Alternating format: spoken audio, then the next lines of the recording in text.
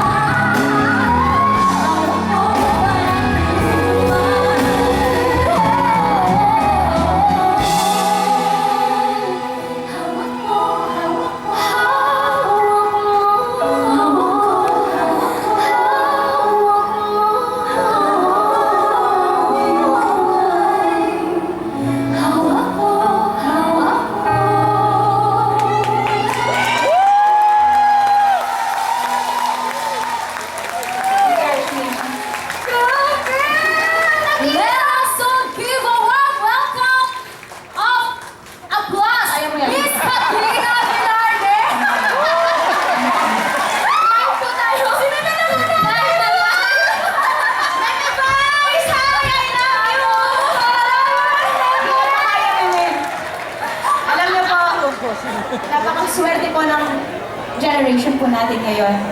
At sobrang proud po ako sa dalawang to. Sobrang proud po ako sa kanilang lahat kasi from singing contest, from amateur singing contest, ngayon may... Oo, nandiyan si Meme. Kalma ka kami. Makinig ko na kayo si Meme. Pero, from singing contest, may concert na kayo. Congratulations. At alam niyo, sa industriyang ito, ang gusto ko lang natandaan niyo lagi niyong gagalingan. Kasi may mga oras na makakalimutan tayo ng tao. Dapat hindi tayo makalimutan. Kaya lagi niyong pag-uusayan, ha? Congratulations. Thank you din po, Miss Katrina Vilarte. Naging Miss Katrina. At maraming salamat po sa pag-support po sa mga batang ito. Thank you po. Maraming salamat po again. Thank you. Ayan. Once again, Miss Katrina! Ayan. Thank you so much dahil nagkaroon kami ng chance makapag-perform kasama ka. Thank you. Yes. Paano ninyo napapanatili ang passion ninyo sa ipagtatanghal sa iba't ibang itagla? Ay, may question. Meron po. Alam mo, tapos na. Alis na sila. Mahabol. Ano ulit po yung tanong? Sorry po, pwede pababa po ulit yung prompt.